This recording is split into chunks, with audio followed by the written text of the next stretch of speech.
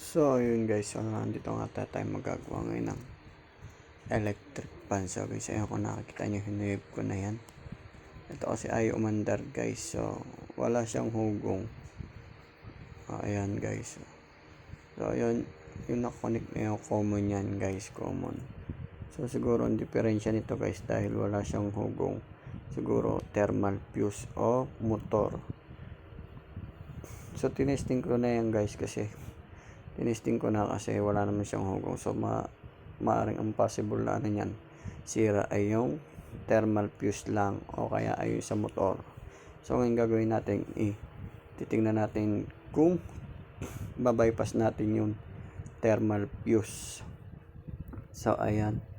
Paano mag-bypass ng thermal fuse, guys? So, ayun kasi thermal fuse, guys, na andun pa yun sa loob ng wiring. So, para hindi na tayo magbulat-lat. So, ayan. Kinonect ko na siya sa common. Sa common ng guys. Common wiring ng electric fan. So, makikita nyo meron dyan line 1 at line 2. So, yung isa doon, yung common ng ating electric fan. At yung isa ay papunta mismo sa motor. So, ayan nga. I-connect lang natin yung pinakang common ng wire o line 1 doon sa capacitor. So, ayan. Tinalo pa natin pareho yan guys para matingnan natin. Anday lang kung bakit tinalo pa natin pareho yung guys, yung capacitor kasi may possibility na mabaligtad ang ikot. So, kaya makikita nyo guys, itatrial and error natin siya guys. Kung tama ba yung lagay natin ng tama ba yung connect natin sa capacitor kasi pag doon natin nilagay sa kabila pwedeng baligtad. So pwede natin siya tanggalin, lipat natin doon sa kabila. So ayun lamang yung possible na nangyayari kapag baligtad ang ikot ng electric fan. So ayan, nakikita nyo guys, laka ng tiyan ko dyan. So binalutan ko na ng tape yung common yung binalutan ko guys kasi ayun common. So i-connect ko na yun sa kabila. So na-testing ko na nga pala to doon ko i-connect sa kabilang capacitor doon sa kulay white. Hindi ko pala naklik kanina yung record kaya hindi nakuhanan. So nandun ko i-connect sa kabila doon sa kulay white, baligtad ang ikot niya kaya nilipat ko siya doon sa kulay red na capacitor, doon sa connector ng capacitor na kulay red. So tama nang niya dyan ang ikot kasi nung kinabit ko doon sa kabila baligtad, kaya lilipat natin siya doon sa kabilang connector ng capacitor. So ganun lang guys mag bypass ng thermal fuse. So kung tatanungin niyo ako guys kung safe ba to, so maaaring lang naman to, temporary. Kasi ang purpose talaga ng thermal fuse, siya yung ng heat guys, yung parang temperature na pag naabot niya na yung ganong maximum heat, halimbawa na 180 degrees maximum heat niya. So siya guys, puputok yung fuse na yun. Ayun yung purpose talaga ng mga fuse, para hindi niya hindi siya kung mag-overheat man, puputok siya, hindi siya masusunog. So yan yung dahilan kung bakit meron guys mga nag-aamoy sunog, nasusunog, ganon. Minsan wala ng thermal fuse yun, ang ginagawa nire-rekta. Katulad nitong ginagawa ko, ayan, pinagbabawal na technique. Dito naman pansamantala lang. So dapat ay lalagay ko dyan ay lang, manipis na wire, kaya lang din ako nakahanap ayun ay kinabit ko. Pero kung sa inyo guys, pwede kayong maghanap ng manipis na wire lang, kumbaga para pag nanginit yon mapuputol siya. So ayun yung para magsisilbi niyang fuse guys. So dito kasi sa case ko wala akong makuhang manipis na so ayun na lang yung inano ko.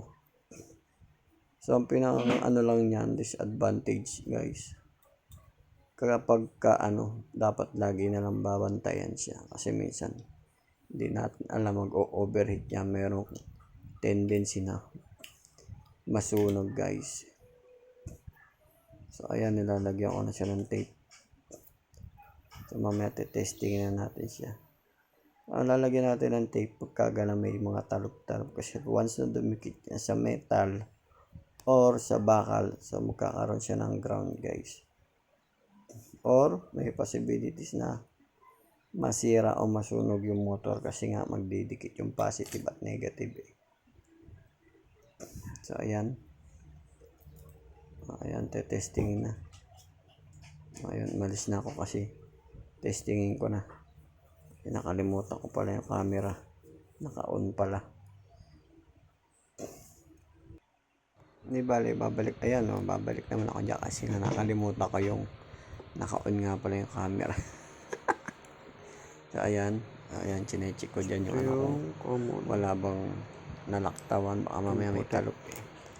Chinek ko dyan kung may mga talop. So ayun yung common. Common papunta sa capacitor. Ayan guys. Na double check ko kasi baka mamaya sala ang kabit ko eh dito. So ayan. So okay naman. So yung red dito papunta sa common and then papunta sa capacitor. Okay. Ayan, dito sa capacitor. Demonstrate pa ako dyan paulit-ulit. Kasi dito ko nesting. Nandito ko nesting baligtad ang ikot. Oo, naituro ko na yung baligtad ang ikot. Pagka nagkabaligtad. Pagka hindi. So ayan, ayun, turo ng turo. Manuno. Okay na daw, okay na. Sabi ko dyan, okay na. So ayan. So, tatry na natin siya ikutin guys. Ayan. Hindi ko may tayo dyan kasi wala akong cellphone stand. So ayan. So hindi ko muna kinabit yung cover nung pinakang electric fan guys. Kasi pag kinabit ko, baka nagka-diferensya, di kakalasin ko ulit. So kinabit ko muna yung pinakang LEC guys. Kaya para matesting lang yung kanyang ikot. Ayan. Testing na natin guys. Camera. Ayun. Kita. Ayos ko camera kasi hindi ko ayaw mag-focus eh. Nalanggas pawis ako dyan guys kasi ang init. Habang ginagawa ko siya init. So ayan. Ayan na sasaksak ko guys. Testingin natin. So yung guys, umikot na siya guys. Number 1.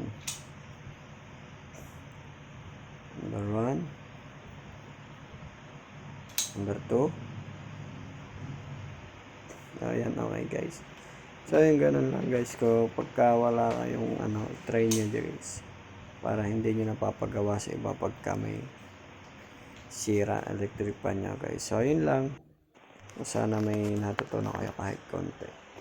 So ayun lang pala, tandaan guys pagka halimbawa sira electric pan nyo guys. So hanggang dito na lang guys. Bye bye.